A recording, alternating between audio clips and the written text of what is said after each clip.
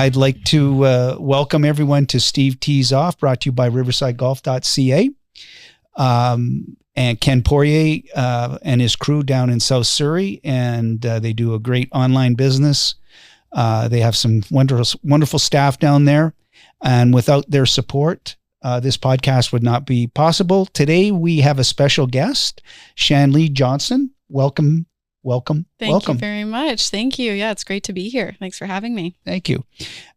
You are a associate golf professional at Point Grey Golf and Country Club. Yes, correct. I got upgraded to associate just this year. I was an assistant before that, and before that, I worked in the back shop there. So I've been there for a few years, but just upgraded every couple of years to get to associate. So how long have you been at Point Grey? I probably worked my first shift in 2017 as a back shop employee. Yep. And it was very part-time, on and off. I stopped working there in 2018 because I left Vancouver for a little bit, and then came back in 2020 when COVID happened. And then kind of got back into Point Grey end of 2020, like the fall, and then started working in the pro shop from there pretty much full time after that. You have taken an interesting path. Yeah, I would. Yeah. I mean, I think I've taken an interesting path to everything I've done in my life, but I also think that the things that I've done in my life have like chosen me in a way, as opposed to me seeking them out specifically. Yeah, it's not the regular path though, although I've met a couple people that have kind of done something a little bit similar, and it's great to talk to them because like I get a little lost sometimes, and having that familiarity of someone else who's kind of been through the same thing is always nice. So let's start at the beginning. Yeah. Where were you born? I was born, well, in London, Ontario. Okay. But I was actually only there for two months, and then my parents moved out here. My mom's family's all from here, and so she grew up here in Vancouver. My dad's family's from Alberta, so he like wasn't from around here, but he'd also been here for school. So they were out in Ontario for work, and then decided to come back when we were very young. And I have an older sister, younger brother, and so born in London, grew up, raised in Vancouver, and grew up like very close to Point Grey, actually, Dunbar area, and never touched a golf club growing up. So I was very much into other sports. I played a lot of soccer, a lot of field hockey as well. Field hockey was not my first sport when I was growing up. I was way more into soccer, but I also played like basketball and volleyball and everything I could get my hands on, really, elementary and high school. But you played at quite a high level of field hockey. Yeah, so that's kind of one of the things that I think chose me in a way, because, you know, I was playing soccer through high school. I was playing like Metro for like the city of Vancouver, and then the city of Richmond for a little bit. And in my grade 12 year, I did the female triad injury of my knee, which was ACL, MCL, lateral meniscus, just completely blown out in a game, and had to have surgery to repair the ACL. And then a little bit of the meniscus as well. There was some bone bruising. It was really awful. But the injury kind of killed my soccer dreams a little bit. Not that I couldn't have come back from it, but just the timing meant that university wasn't going to like look at any of my soccer play. And so I couldn't like go for that scholarship, and I didn't have the chance to try out or anything like that. So I went into university at UBC for kinesiology. Not really doing anything sport-wise. I was on crutches for my first couple months of university, and was just kind of getting to know the campus and being immersed in school, but not competing in anything. And then in my second year, I was like, I like that competitive drive. I need to do something. And so I got into rowing, because they were offering this like novice rowing program at UBC that was supposed to bring you into the varsity program. And then I did that for, I think, a semester and a half, and the 4 a.m. wake ups were just too much for me. I'm not And I imagine it was pretty warm in the morning. Yeah, super warm. Yeah, especially in Vancouver in the winter. Yeah, especially that like December, morning day in the wind and rain. It wasn't for me, but it was a cool experience. And then going into my third year of university, I was my brother at the time was playing for the men's national team. For field hockey, and he was like, you should play, like you used to be really good at this, like you should do it. And I was hesitant, but I reached out to the head coaches of the soccer team for UBC at the time, as well as the field hockey team. And then the field hockey coach got back to me the day later, said, we have an open tryout next week, come out. We'll see how you play and we'll go from there. And the soccer coach never got back to me. So it chose me, I think. So I ended up playing for university for 2 years, got really into it, was so lucky to have my brother because he pushed me to be at the field with him. We would go out and we'd play extra. We'd get on the field and practice skills, do one-on-ones, like all that sort of stuff, fitness, everything. And then 2 years down the road, I was trying out for the women's national team. So, and then I did that for 10 years. For 10 years. For 10 years. So 2012 to 2022, I played internationally for field hockey. And that's where I took the hiatus from Point Grey as well, is in 2018, as a team, we moved our centralized program to Europe. So I played 1.5 years of semi-pro field hockey in Europe, in Belgium. I did a year in Ghent and I did a half year in Antwerp. The half year in Antwerp was because we got cut off by COVID, so we were sent home. But they set you up with like a little income, and then you coach for the club and you play for the club, and so I did that for a year. It was a year and a half. So field hockey is pretty popular over there. Yeah. Netherlands is fairly consistently in the top 5 in the world. They're number 1, I think, right now for the women. So they're very good. And then Belgium, they had a government program that poured a ton of money into it in just after the 2012 Olympics. And so that's how these clubs were able to bring in international players and pay them, is they, had really good support from both the government and then local organizations. It's huge over there. So, what was your biggest moment? In my field hockey career? Yeah. Qualifying for the World Cup. I say it pretty confidently, but I mean, there was lots of moments that were like amazing. Another one would have been Pan American Games silver medal. But qualifying for the World Cup was something that we were chasing for such a long time. 1994 was the last year that a Canadian women's team had qualified for a World Cup. And so it's something that we were really working towards. We wanted an Olympics. That was the big goal. And that in 1992, so it's like the same sort of time frame, was the last time the women's team had been at the Olympics. So that was our big one, but missed it by a couple inches. So it was the World Cup in 2022 was it was like kind of the pinnacle of what we were getting towards. But yeah, lots of cool moments. What position did you play? I was a defender primarily. So I don't know if you don't know field hockey, it's an 11-a-side situation. It's very similar to soccer in that way. You get like 4 in the back, and then 3 through the mid and 3 through the front line, and you can kind of mix those up a little bit. Sometimes put 2 up front or whatever you want, but and then similar style of play. And so I kind of traversed through that back line in all 4 of the positions. And then I did a stint in center midfield as well for a little bit. And so there was like a little bit of everything, I think, in my career. I may have played forward for a couple shifts, but doesn't that ball hurt? Yeah. I've actually broken a couple bones. My thumb, because I just blocked a shot. What is that ball made of?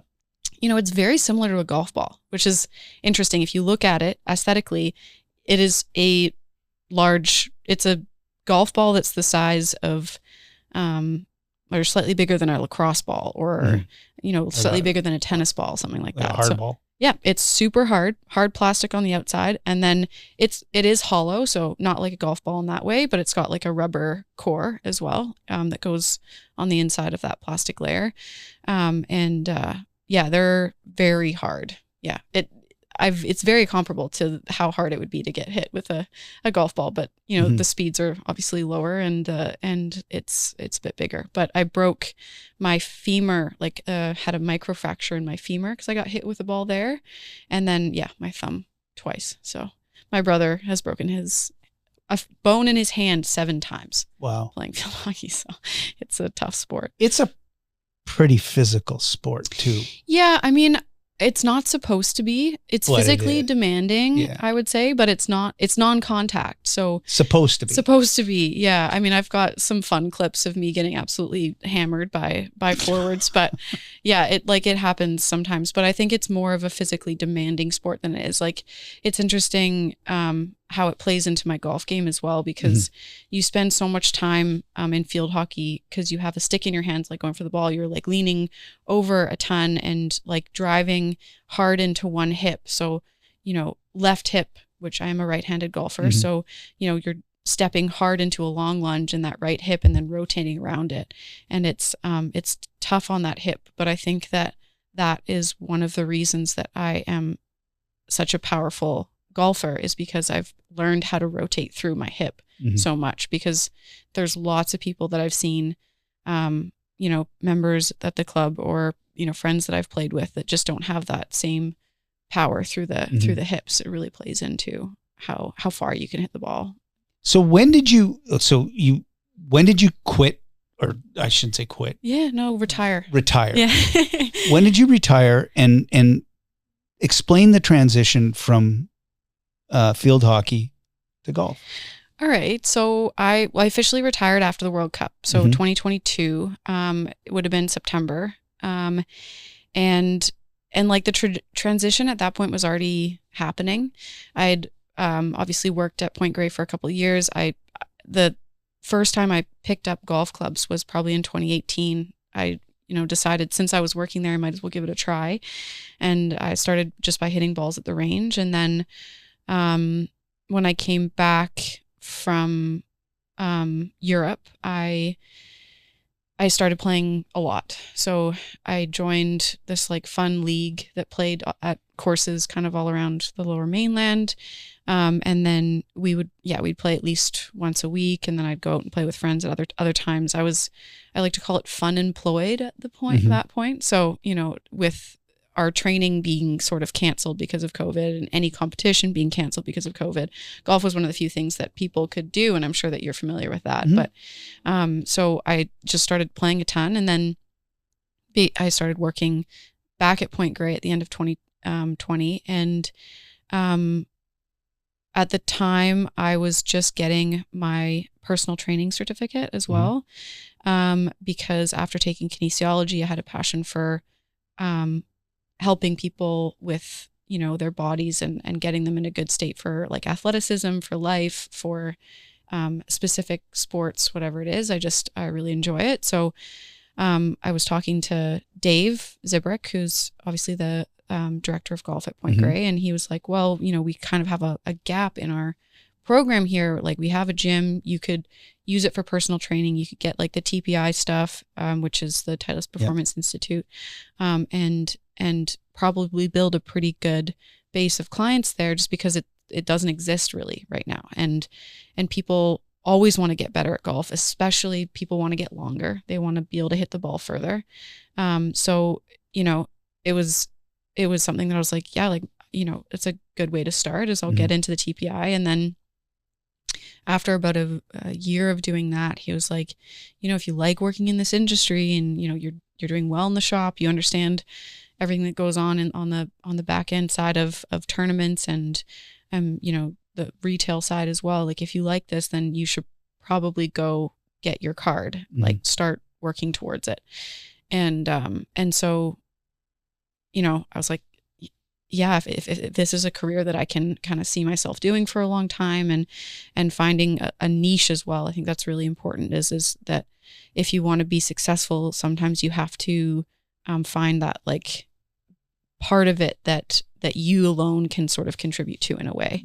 And, we have great coaches at Point Grey, like really, really good teaching professionals. And I don't step on their toes at all, and they don't step on mine, because I have a very specific focus when I get out there and teach and work with people. It's very like biomechanics focused, which, I encourage everybody to look into, just because it can be really helpful. Every person that I've personal trained has been like, wow, that my golf game's better. I'm like, yeah, like, amazing. Yeah. Isn't that crazy that your body moves better and then your golf game gets better too? So it's exciting and fun to see. So was golf in your family? Oh, no. Nobody? No. No. I mean, I think my uncle might've played it a little bit, but I don't, I did really nothing. Nothing? Yeah, no, it's addicting.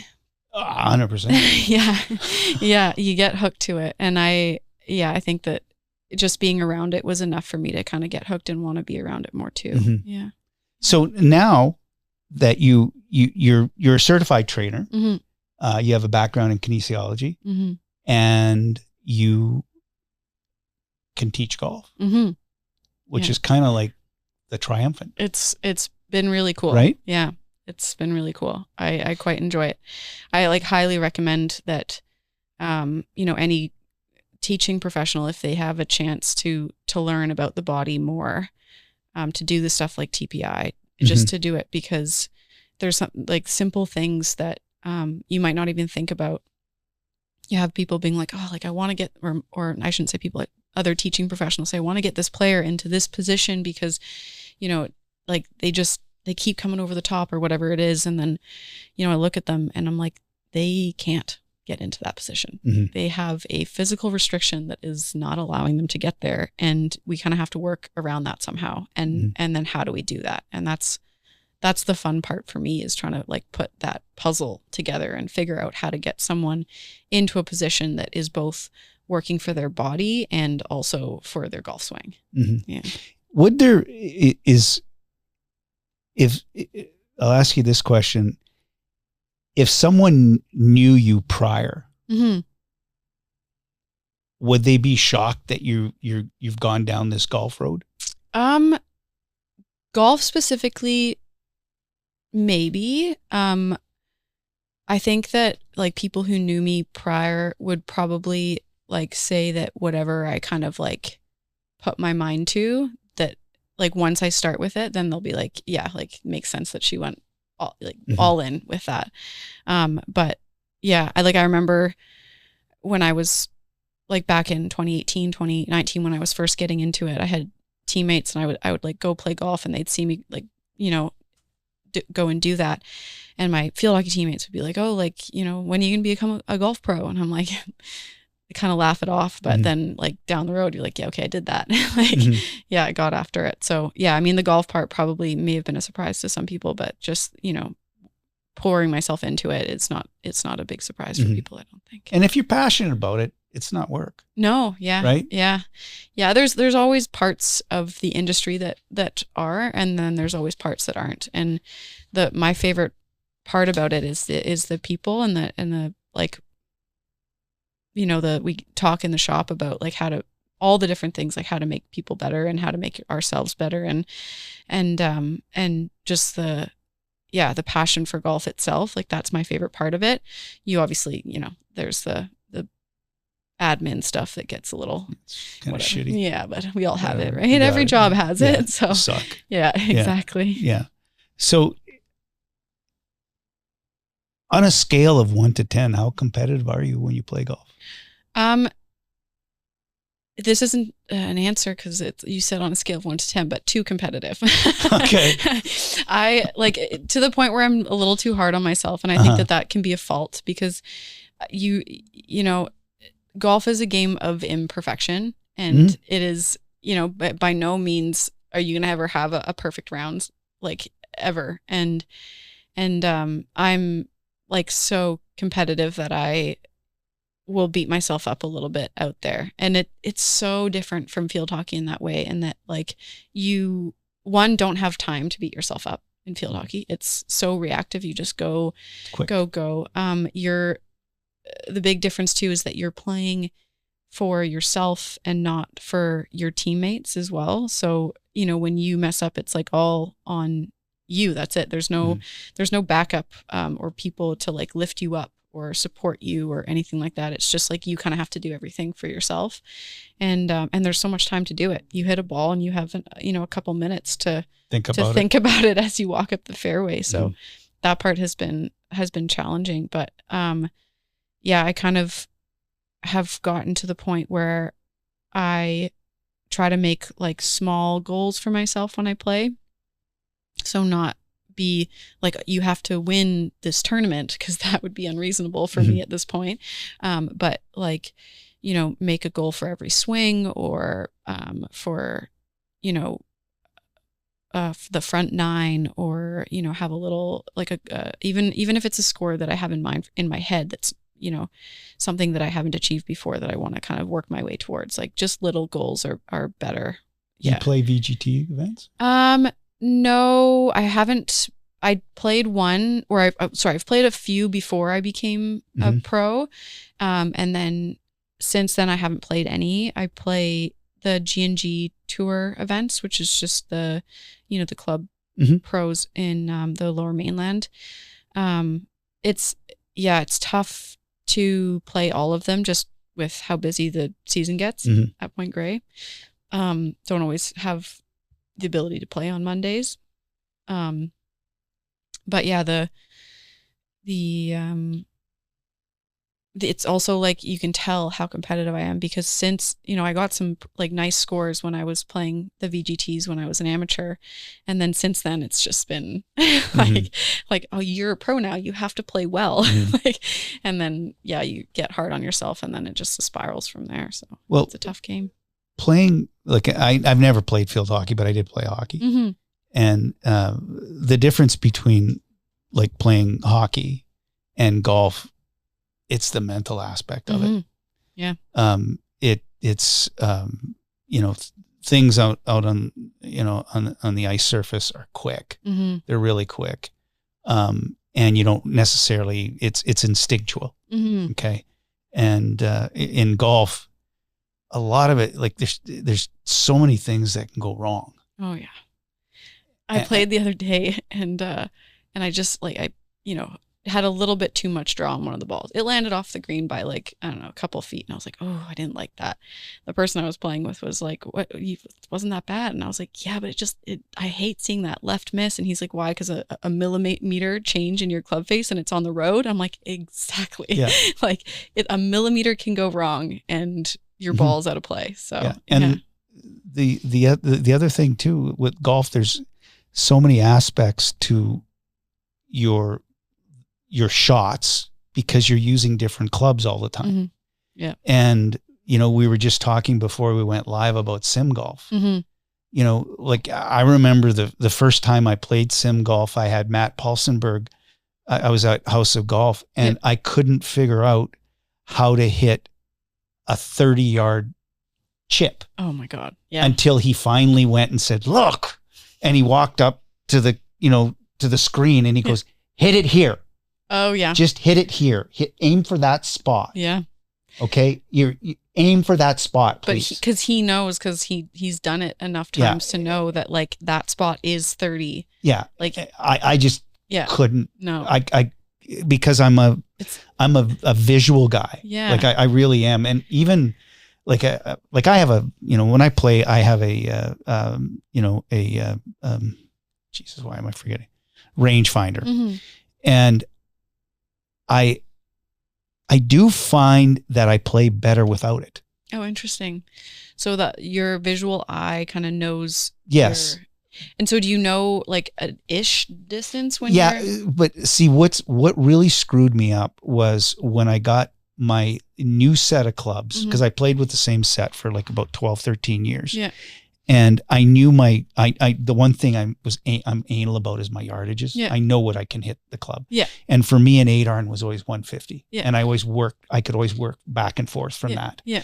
And I was playing with my son once, and he, he's like, what did you just hit? He goes, I hit a 9-iron. What do you mean you hit a 9-iron? Yeah. Like, give me your club.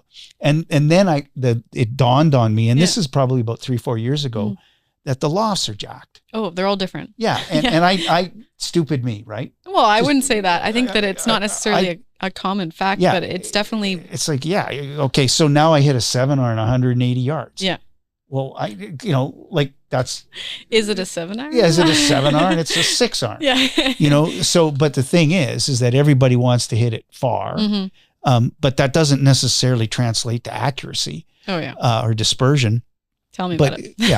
But the thing is that I do the one thing that I do like the rangefinder for is the slope. It gives me the slope. And when I'm looking at the green, because that has kind of been my thing, seeing, okay, is it elevated? Is it low? Where is it at? Yeah. But I can still, and I still, even though I have the rangefinder, I'm always looking for the markers. Yeah. Like I always am. You on the ground? Yeah, on the ground. I'm always looking for the 150 trees or whatever. Yeah. And I do believe that I played better without it.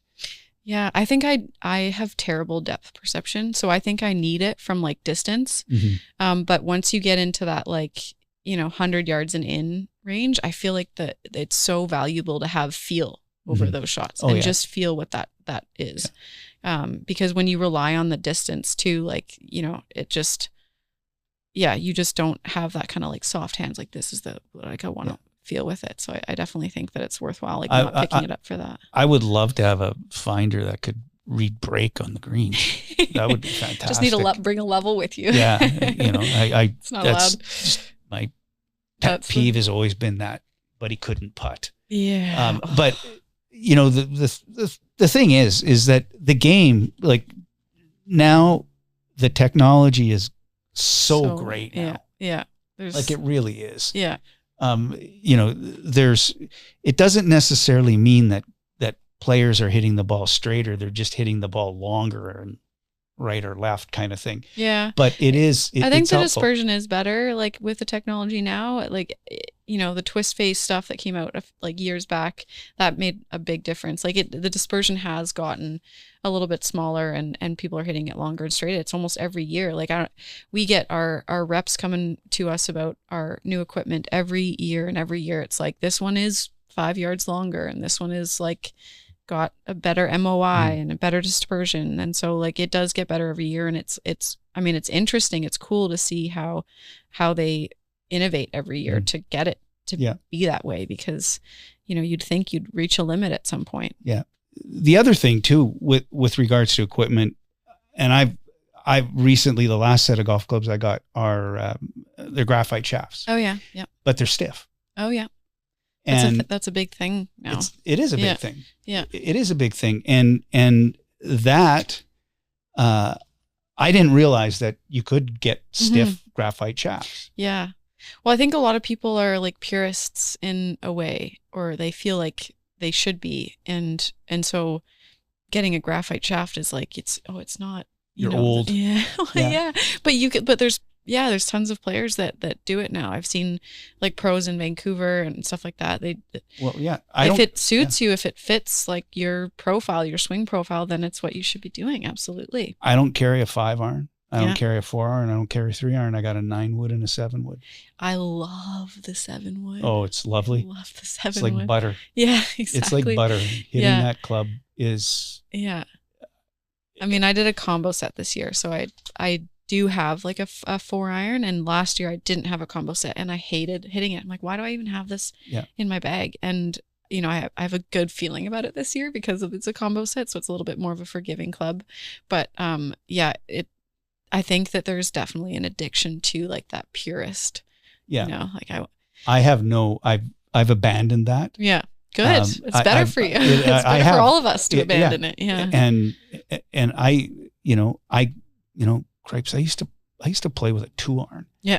And I can't even believe, but like hitting a 7-iron and even out of the rough. Yeah. And it's so high and it lands so soft. Yeah.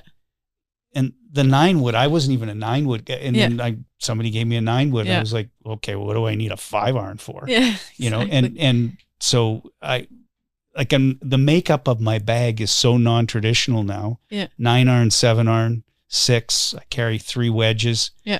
And I don't even carry a 3-wood anymore. I carry 5-wood and a driver. But again, it's becoming that way even on tour. Like non-traditional is the new thing. It's becoming very popular, and I very much support it. Like I see people with also like all 14 clubs in their bag, but 4 or 5 of them go the same distance. I'm like, what are we doing? We That's don't right. necessarily need that. Like you can have less if you don't need any more than that. So and that's the one, like we were talking before about rangefinders. Yeah. I know my distances. Yeah. Like I really do. And that's the one ever since I've been golfing since I was 8 years old. Yeah. So I know, I always knew. Does it mess with you when you get because you got new clubs? You're saying that was like it was a lot different. It did. And what I still have a cheat card in my bag. Yeah. But I don't pull it out near as often anymore because I had to write down what this. Yeah, because it was like I made some bad mistakes because I didn't know. Oh my gosh, and that's so frustrating. You flush a shot and it's like 10 yards over the green. You're like, what was I thinking? Oh, yeah. Different club. Yeah, that's one of the like hardest mistakes to make is like you feel like you've hit this perfect shot and that's what happens. That I just got a set of new clubs as well and changed the shaft in them. They shouldn't be that different, but I still find that like even when you make that small of a change, or you kind of need to check all those yardages again and see if it's the same thing that you're working with, because like 5 yards can actually make a difference. Oh yeah. So it's a big difference. Yeah, a big difference. Yeah, and imagine if it was more than that, everything would be a little bit messed up. Yeah, it's the difference between hitting a green and not. So yeah. So a lot of transferable skills from field hockey to golf. Yeah, we touched on one a little bit earlier in your hip power and movement. And obviously like hand-eye coordination is a big one as well. Like it's different in hockey because you're moving and it's dynamic, but like it still is a stick in a ball and being able to make contact. And then, an interesting one that I've discovered recently is, in field hockey, often, you have to look at the ball for certain skills, but when you're making a pass or long, short, whatever it is, a lot of the time you look at your target and not at the field hockey ball. Mm-hmm. And because of this, I've discovered that I'm a better putter if I don't look at the ball. Really? So I will look at like an intermediate spot on the green, whether it's like a piece of grass or a slightly darker patch or a lighter patch of grass on the green. And without looking at the ball, I'll try to roll it over that patch, knowing if I know the break and I know it's there. And it's been quite nice. Mm-hmm. Really, I think I highly recommend trying it as a practice technique as well. Just not looking at the ball. Don't look at the ball. I mean, the ball's not moving. It's going to stay there. It's not going to do anything to you. Yeah. Yeah. I think it's tougher with longer putts because mentally it's tough to move the putter that far away from the ball and then trust that it's, going to come back to the same spot. I think if you get over that mental hump, it would be fine. Mm-hmm. But yeah, I had one of the old pros at Point Grey, Drew Scollin. He was like, there's a stat out there about how every second that you're not looking at the hole, decreases your awareness of how far away it is by X amount. Like it was shocking. Like you get amateur putter or amateurs, like new people to golf or anything. They're looking at the ball the whole time and just like staring down at it. And it's been like 4 or 5 seconds and they're just lining themselves up over the ball and looking at it. But every second that they're not looking at the ball, they're losing track of like where it is in space. And then you're kind of shooting blind. Whereas his recommendation at the time was to stare at the hole for as long as possible and then trace your eyes back along the line of your putt. And as soon as your eyes land on the ball, that's when you start your stroke.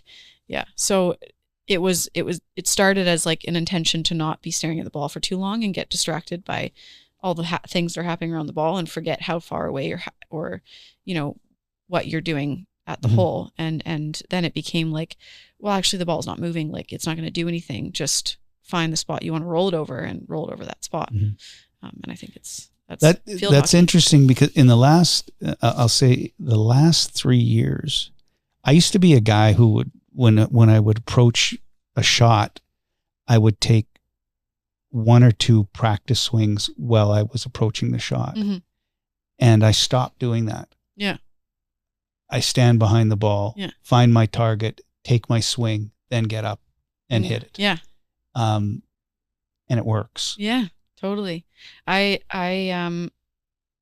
was the other day playing, and I was there was a lot of things in my mind. I'd just done a practice session. So there's a lot of like, okay, like we're just working on this part of the swing, this part of the swing. And so I'd get up to the drive, get my club behind the ball, and I'd stand there for like, it felt like ages. I'm like, okay, we're taking the club back here. Okay. Like I want to have width. Okay. And all these thoughts are going through your mind. And then, you know, I think it disrupts your mind body connection. Yeah. All the thoughts actually disrupt that.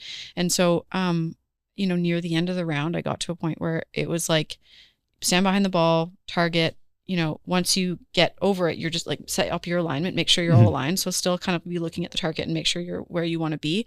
And as soon, like, you know, people have their like little waggles or whatever it is, but as soon as the club was behind the ball, I'd start taking it away. And it just made such a world of a difference. Yeah. And it's like, that's where I was talking to someone once about how field hockey was so different from golf, and that it was like very reactionary, and you know, you just kind of react to a scenario, and it was so quick that you didn't really ever think about it. And he was like, oh, that's how I feel about golf.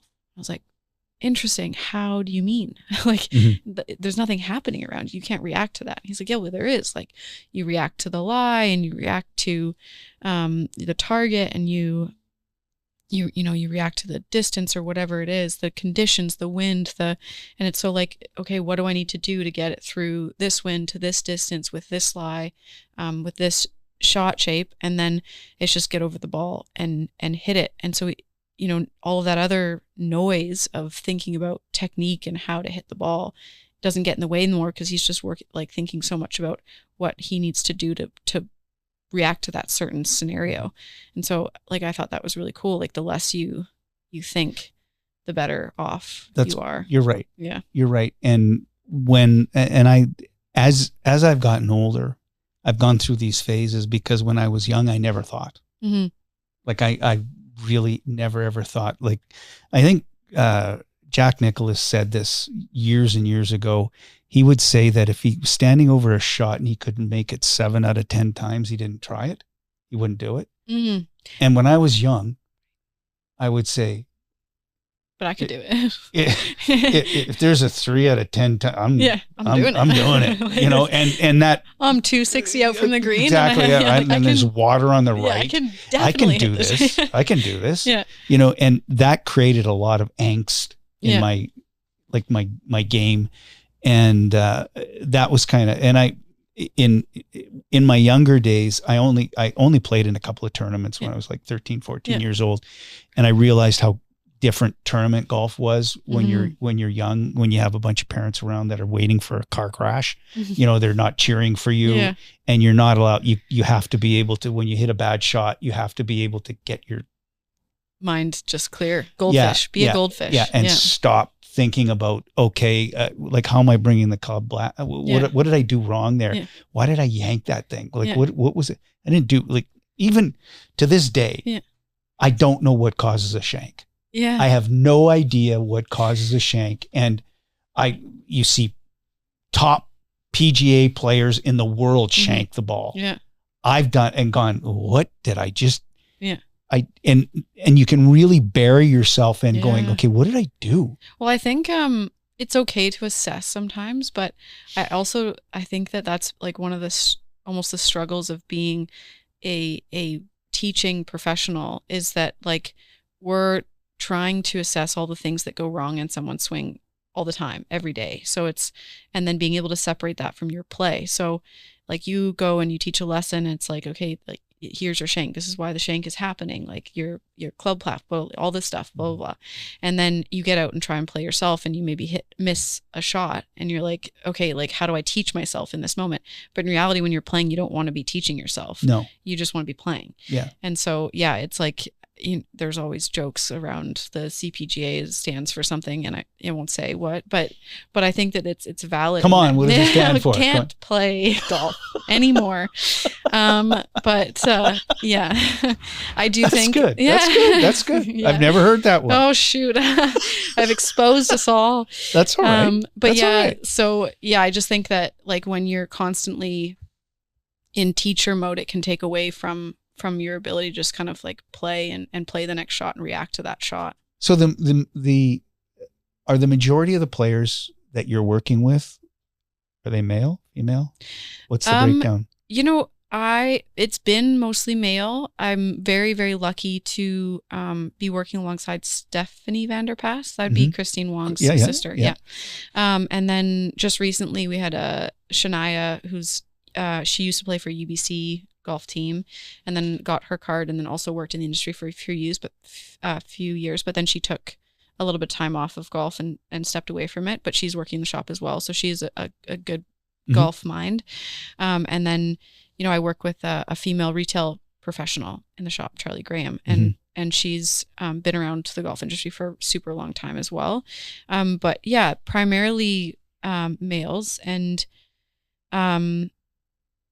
yeah, it's interesting. It's different. I quite enjoy it. I'm relaxed around, like it's not really something that I've really often thought about. Obviously being a female in the industry, I think there's a lot of, like, we're a minority. It's just, that's a fact. It's not up for debate or anything like that. I would like to say that there's more female golfers, but I don't know. I don't think there is. Yeah. And like, just to like, if you look at the membership, for example, at Point Grey, for playing members, people who not, the golf club people, but for playing members, there's probably about a third of the members are female. That could be so far wrong, but that's just what I see on the sheet every day. So that's just based on my knowledge of like who actually comes out and plays. And so if that's what you're looking at every club, like, you just know that there's less females playing golf. And I think that, Stephanie works with a lot of juniors. She always has. She ran the junior program for a long time. She's now the director of instruction, but still works with a lot of kids. And you kind of see it there too. Like, she does have her girls, but there's a lot of guys. And it's also like, who sticks with it too. So you might have the young girls start in with golf, and then, but this people that you see stick with it a lot of the time are guys. And I don't know what that is. Well, I don't know why. My own belief is there's a stereotype around golf that is not conducive to females taking up the game. And I'm not saying that from a negative, like, I'm saying there, and Matt Paulsenberg has brought this up because out at the Sunrise course that he's got backyard golf there, but he just started this last year, but his women's program is selling out because there's no judging. Yeah. You just go out, go hit some balls. Yeah. Go out on that little 9-hole golf course. Yeah. Who gives a shit? Like, you know what? Just go have some fun. Yeah. No one's, behind you going, you don't have, I'll say, misogynistic guys behind you going, oh, Jesus Christ, you women. But I think it's gotten a lot better. I do think it's gotten a lot better, but I think that when things get better, it doesn't happen immediately. And like it's going to take slow growth, because alongside of people getting into golf, I think you need to have proper female role models that you can aspire and look up to. And when there's fewer out there, then there's just going to be fewer females that stick with it because they don't have that. But in Canada, like Brooke Henderson, like that should kind of bring in some more women. Like even if you look at the American players like Nelly Korda, like it's really cool seeing her play, her swing, all of that is like, I mean, and that saying those two names doesn't even do justice to how amazing some of the LPGA players are. And you know, hopefully more and more light is shed to it, but it's just not an instantaneous thing. You got to have those people, and then it slowly grows from the bottom up there. But yeah, I do think that it's gotten better. Like none of our female players at our club are blamed for slow play ever anymore. And maybe because they're extra attentive to it, because in the past they have been, but like they're not the people that were. Like I play the majority of my golf because we live in White Rock, and I play the majority of my golf at Loomis, North Bellingham, Semiahmoo when I can get on. Yeah. Lie and cheat my way onto that golf course. But I've and I play as a single. Yeah. And the reason I love to play as a single because you meet people. Yeah. And you know, where else would you go for a walk for 4.5 hours with somebody that you don't even know? Yeah. And you find out and so it's many things about exactly. Yeah. It's wonderful. Yeah. And I've played with some female golfers that have been phenomenal, and they're like, they don't hold me up. They don't, nothing, you know, and we still have our conversations and we talk, and it's nice. But it's like, I look at the you know, from the public perspective of a female golf, it's like junior golf accessibility and not being, like I'll say men can be assholes out in the golf course. They can be. Yeah. More so than maybe.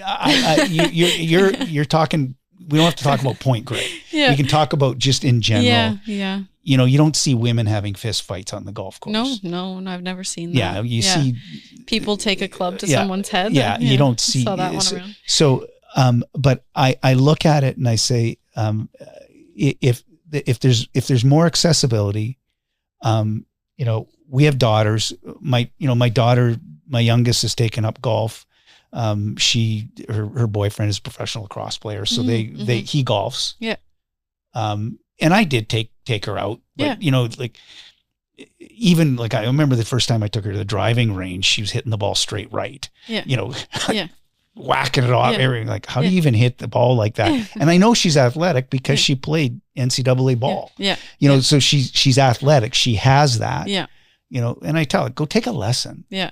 Like, it makes a difference. Athleticism, even in something that has no similarity to golf at all. Like, you know, like you said, basketball, I'm assuming. No, it was softball. Softball. Up at SFU. Oh, okay. Softball. All right. Yeah. So that's a hand-eye one, which is easy, but, and there's similarities to golf there, but I truly believe that even like basketball and volleyball and all of those, like you can draw similarities from those. You have to have some form of athleticism though. Yeah. Like you do. I mean, the biggest thing for me is like basketball is a big one too, because you see, you know, when I was young, I played in high school, and we didn't like talk about it biomechanically, but when people would, you know, go for 3-point shots, it's like for young females, that's a distance. Yeah. It's a long way. Mm-hmm. And our coach would always be like, it's not your arms that are doing that work. Your arms are aiming the ball and they're releasing it, but your legs are what's actually doing it. And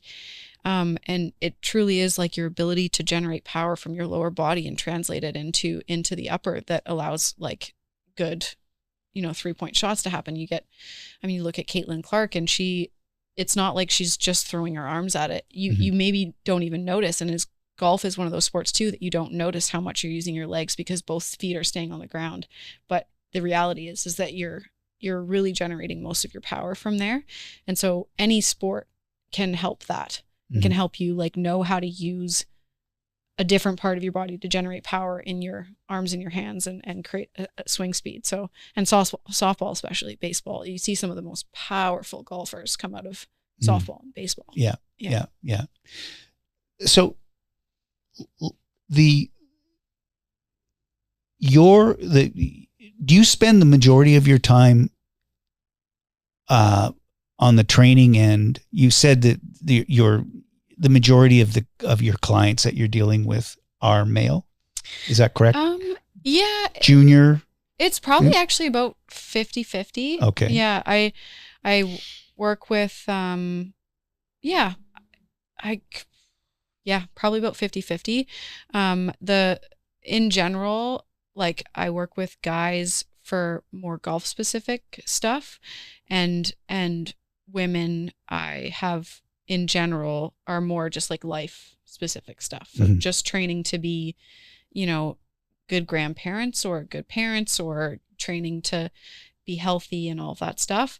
And unsurprisingly, those people are some of the ones that have come and said, wow, I've gotten so much better since doing this. Like they were like, it'd be great if it benefited my golf game, but I really just want to be able to, pick up my grandchild. Exactly. Yeah. Or I want to, be able to run for my whole life or whatever it is. And then they, a couple months in, we'll go like, wow, I've gotten so much better. And, everything that I do in the gym is very like functional movement. I'm not getting most people just to work through a regular squat pattern or just like a bench press or anything like that. That's probably the least common. If it is bench press, it'll be, single arm instead of double, so that you're working your anti-rotation or your rotation. But I have a couple group sessions that are speed specific. So people that are looking for a little bit more distance. And then I have a couple that are like mobility specific. They're like, I know my hips are not great. And I want to be able to move better, or my upper body, my back, whatever. And then we focus on those things. But, a lot of it is, just life. Like they just want to not be in pain, waking up and getting out of bed, or, feeling like a round of golf just drains them because, they haven't been working out. So a lot of the clients are like that, which is, I'm happy with all of it because it's always a challenge. It's always something like new that I kind of have to look at and be like, how are we going to make this work for this person? I'm going to put you on the spot here. Uh-oh.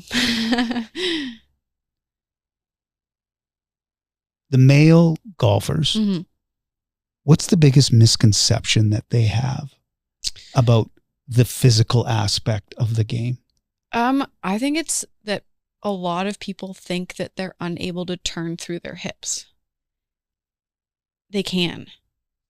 I've done these TPI screens, and so many people have this full range of motion when you get them doing it with like a stick on the ground and like there no club in their hands.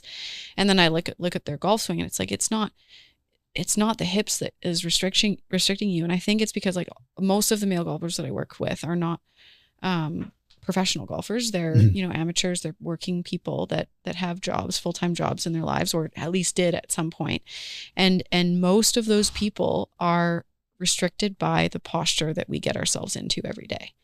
And so, I mean, you look at you or I right now, and we're in it to an extent, I'm a little hunched over, and, if you're working on a laptop, it's the same thing. If you are a surgeon, you're working over someone. If you're at a desk for the whole day, and it's, so many people think, oh, I'm restricted by my hips, and it's actually not their hips at all. That is one, I'll say that's one thing that I work a lot on is my hips. Yeah. And all it is simply getting down on one knee, and then using a foamy and turning. And I do that my chiropractor taught me that like 6 years ago. Yeah. And it helps. I think that, I'll say it's a misconception because people do have the range of motion, but that's not to say that they do have the ability to use it. So that's one thing that like I work on a lot with people is like you have the range of motion. It's not that you can't turn back, and it's not that you can't turn through. It's that you don't know how to do it properly. And so I will say that like I do a lot of hip work, but it's like loaded hip work. So how do you hinge properly? How do you rotate internally and externally properly? Because those two things are extremely important. And like just teaching the loaded version of mobility, not like a passive stretch, but like, how do we do this actively? Because in the golf swing, it's not passive. It's not, you just turn as much as you can and then just hang out there. It's like, you got to do it quick, and you got to, be able to do it in movement. So yeah, it's a misconception because people think it's their mobility, but it's not that they are able to just like do it properly right away. And I never realized, I realized, I came to this realization, it was some time ago, but I always thought not that I'm overly flexible, but I always had no problem moving. Yeah. And, you know, I could swing a baseball bat. There were things I could, and I just assumed everybody could do that. Like take a stick and put it behind there all the way down. But, and then you can't do that? Yeah. Yeah. Like, come on. Like that's a big one too. Well, this is what I mean by it's a misconception. I think it's a lot of people's upper body, because like something as simple as that, where we do a test in TPI where you're sitting on a bench with your feet together and your knees together, you're upright, and you put like a wooden dowel on your back so that we can test rotation, just test how far can you turn in one direction or the other of the thoracic spine. And the number of people that I have to adapt it for because they can't even get the wood dowel on their back. It's not part of the test. It's just the starting position. They can't. Yeah. And you can't do it. And you're like, well, this is 100% part of the reason we can't get you in the position that we want you to. And then you get people that are, you know, ex-volleyball athletes, and their shoulders are so messed up from that. And one of the most important positions in the top of the backswing is your external rotation. So the ability to get your wrist behind your head when your elbows bent at 90 degrees and your armpit is also at 90 degrees with the torso, because that's how you get the club into the slot and don't come over the top. And that test, I'll get 50% of the people that I work with can't do that. Yeah. And so, you know, you get their golf coaches being like, you're coming over the top, you're, you know, whatever, you keep swiping across it. And it's like, well, yeah, they can't physically get into that other position. So like that's. Well, I see this, and it's people swinging with their arms. Oh yeah. Like, and that to me, I know I shouldn't be, but like, do you ever just go watch somebody that swings a golf club? They don't just swing with their arms. Oh yeah. You know, but that's like, my thing is, like when the Greater Vancouver Open used to be, I love going to the driving range and watching professional golfers hit balls, even when the ladies were playing here. Yeah. I love to go there. And actually we watched Nelly, my son and I watched Nelly hit balls. CPKC. And you know, sitting there, she's got her iPad out, and she's got her coach and her caddy there, and they're chirping back and forth at each other. But the thing is that there's so like, I look at that and go, okay, come and watch her hit balls. Mm-hmm. You have to be very specific with how you watch though, because you don't really see it easily. I don't think, like, you have to be like, okay, look at like where her like arms are specifically in space, because, I think that a lot of training tools, I don't know exactly how many, but I think a lot of training tools are built to try to keep people from doing that. Like I think, I think that like there's all these ones about like elastics around your arms and holding here and having a ball between your arms here and making sure that structure is maintained, or like all these different ones. And it's like there's one where you like put one around your back and the elastic bands go forward and you're holding it here. And it's all just to say like, you have to be connected. And it's not like you're separating your arms from your body and then bringing your arms back down towards your body, because that's the biggest issue with a golf swing. But it's also so easy to do, is just get quick on it and start chopping. And you have it. YouTube. Yeah. and you can, and that's, you know, I got sucked into buying something off of Instagram. Oh yeah. Don't we all? I did. It was actually because my issue is I sometimes, like everybody, you come over the top. Okay. And you try and keep that elbow. And, I bought this stupid thing, and then I used it a couple. I'm an idiot. I was an idiot. Like, training tools aren't. I wouldn't say they're bad though. I think that there's really good ones out there that like can help you feel a position a little bit better. And so, you know, Instagram and YouTube and all of those things, like sometimes it can be a bit dangerous to go on there because it'll lead you into a swing thought or a swing pattern that is made for somebody else. Yes. Like that's the thing with that, is like, it's not that they're wrong. It's just that it might not be for you. Yeah. You know, I'm someone who like, you know, drops my hands too far inside and then I get stuck back here and then I'm swinging out like 6 degrees. I'm big drawer of the ball, too much so. And so, you know, the feeling that I have to have in my practice swings is to hit it over the top. Like go out here and swing down and across your body, because that's what I need. But if someone else tried to do that as a swing thought, it would be very detrimental. No question. You know? No question. So I think that's the issue with YouTube. It's not that they're wrong. It's just they might not be right for you. Yeah. And you got to get someone to look at your swing if you want to get tips and stuff like that. So what do you enjoy the most about working at Point Grey? That's tough. The people, I think, is the biggest one. We have a wonderful membership, and obviously quite enjoy the staff. Like we're, but I think that the statement, the people, kind of like encompasses a lot of things, because it's also the people that I get to work with. So, you know, having the people that I see every day, but also just like always having a new challenge. I really like the diversity of the job. Like you have, you know, moments when you're out on the course, you have moments when you're on the teaching range, you have moments when you're in the shop, like building out a tournament, you have admin moments, you have, and then for me, I also have moments in the gym, training people. And so like, I like the diversity of it, and it all really comes together with the people. Like you get to, you know, work with a 30-year-old young male golfer who's, a 2 handicap and see how he moves. And then you get to work with a, you know, 70 to 80-year-old, female who has very little mobility, and you're just working with like getting them back to normal, and you do that in the gym. And then the next thing you do is you go into the shop and you get to, you know, design a women's program that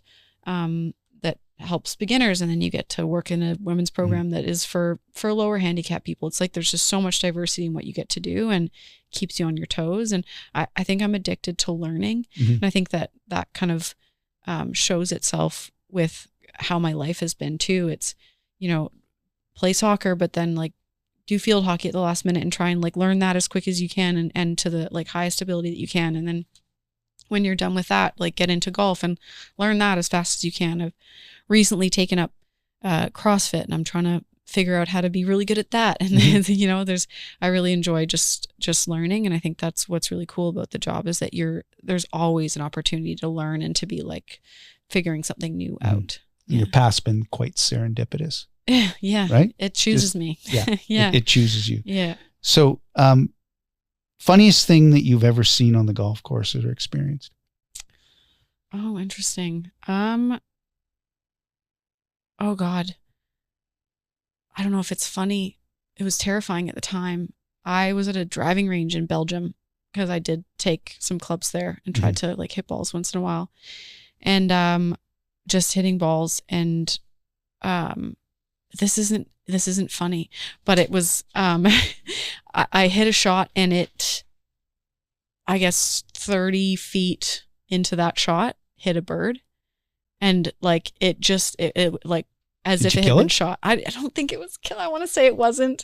It like went down very clearly. Like there was a poof, there's feathers everywhere.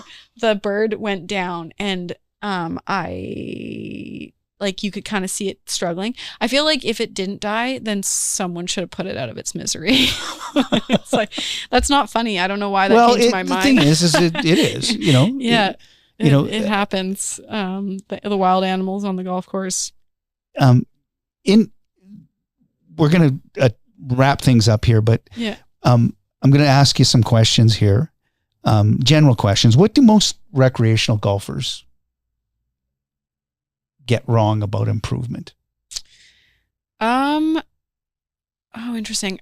I think that, okay, so as a field hockey player, we were very deliberate with how we learned skills. So you spend a certain amount of time on things, and then it was also like working towards your strengths as well. So we always talked about like your superpower. So for me, if one of my strengths in field hockey was my backhand, then, and it was a strength at one point, but because I was already sort of good at it, the coach was like, get excellent at it, be the best that there is with that skill, because then you'll be able to use that over anybody else. Like you'll have this special thing that you can do that like makes you kind of stand out on the field and do that.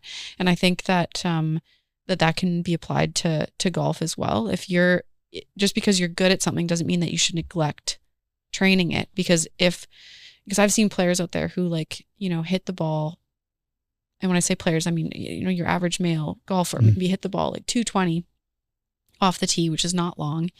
And, they have an average iron swing, probably maybe not a lot of like good ball control with it. So like it gets there, but it's not, that perfect, like high launching, soft landing, got some spin back or whatever it is. But they are excellent around the green, and easily they'll get around and just shoot par, like, or better. Because, once in a while they'll get on the green and have a good putt at birdie. But other than that, they just clean up everything so nicely. And I think that if you're someone who just drives the ball really well, use that. Hit your fairway, like you'll blast. I don't know what, for me, it would be like if I could hit the ball 280, in the fairway every time, that would be a super strength for me. That's not the case, but in the fairway every time is a dream. But yeah, definitely super strength. But I think in developing, it's like, golf is an interesting one because you can't only develop those things, but like make sure you have something. Play to your strength. Yeah, exactly. Yeah. I got you. And what do you think? And this is a general question. I'm sure you have enough people that come through, and I'm not suggesting you're making this assumption on your end, but what makes someone coachable? Like because even adults, like adults are very simply put, self-awareness. Yeah. To be coachable, you have to be very self-aware, I think, and open to learning. Because I think that's one of the toughest things for me is when I'm being coached. I always want to get better, obviously. So that's like that drive to learn is there. Yeah. But sometimes someone's like, okay, you need to have this feeling in the golf swing. And I'm like, but I'm not doing that. I thought I was doing that. Yeah. That's shocking that I'm not doing that. And so it's the ability to be like, okay, like, that one felt like I was in X position and I need to feel Y position. You hit a shot and you go, no, that was still X. I need to still find that Y. Or, yes, that one was Y. And I can now continue on with that and maybe the next step of it. But yes, being self-aware. Yeah. I know myself, even at my age, I have to be self-aware. Yeah. And I'm fortunate that I'm usually around people that, pros, like teaching pros that will, you're doing this. Yeah. Okay. Yeah. Put my ego aside. Yeah. Yeah. Okay. And figure out. Yeah. And I think that self-awareness kind of comes along with that, like putting the ego aside thing. Because if you generally don't have a crazy big ego if you're like very self-aware, I think. Yeah. So in closing here, your future in golf. Yeah, I truly believe I'm still very much on my like journey of improvement. I am not at the best that I can be at just because I've only really been doing this so many years and being able to compete at it so many years. So I do really want to like be a better player, but I also am acutely aware of the time and effort that it is required to do that. So being a field hockey elite athlete, everything was field hockey when I was playing for that team. So from 2012 to 2022, everything I did, from how many hours of sleep that I got to what food I was eating, was field hockey. And to be truly successful at something, that's kind of what you have to do. So you kind of have to eat, sleep, and breathe golf and put the hours into it. And when you have a full-time job, that's a tough thing to do. So although I think that I'm not at the end of my journey for playing, my time span, or the time that it will take for me to get to that peak of my own, of what the peak of my level could be, it's going to be a little bit longer than what maybe it took for me to be a field hockey athlete, because I had so much more time and energy to put into field hockey when I was playing. Didn't have full-time jobs, could spend 2-3 hours in the morning, 2-3 hours in the afternoon, just trying to hone my skills and get better at it. But now it's like, okay, I've got maybe 1 hour on this day, and that's after I've worked for 12 hours at the golf club. And it's like, okay, so what is the energy that I can put into this really, truly? So, I that's my future of playing. But in the industry, I really like to grow that role. I've, had some different ideas. I love the idea of House of Golf, the indoor facility. I think there's a new one in Vancouver called GGC, which is a private facility. But combining that with my passion for movement and the human body and working out and making lives better by physical activity.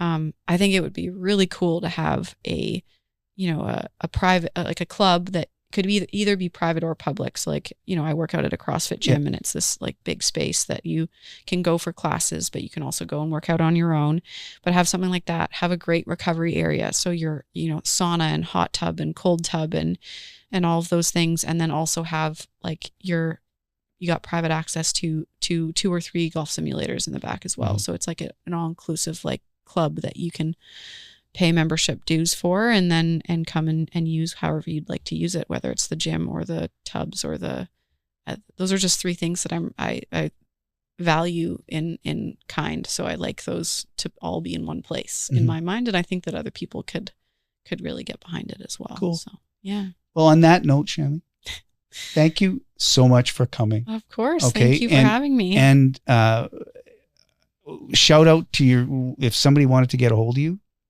Yeah. I You're guess on Instagram? Yeah, I'm on Instagram.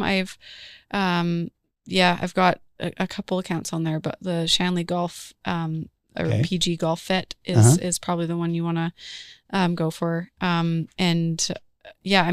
should do a better job of posting stuff on there. I have some stuff that's been golf and strength and conditioning focused, and hopefully as the season goes through, we'll get a little bit more out there. But and you're at Point Grey. I'm at Point Grey, so I'm always reachable there.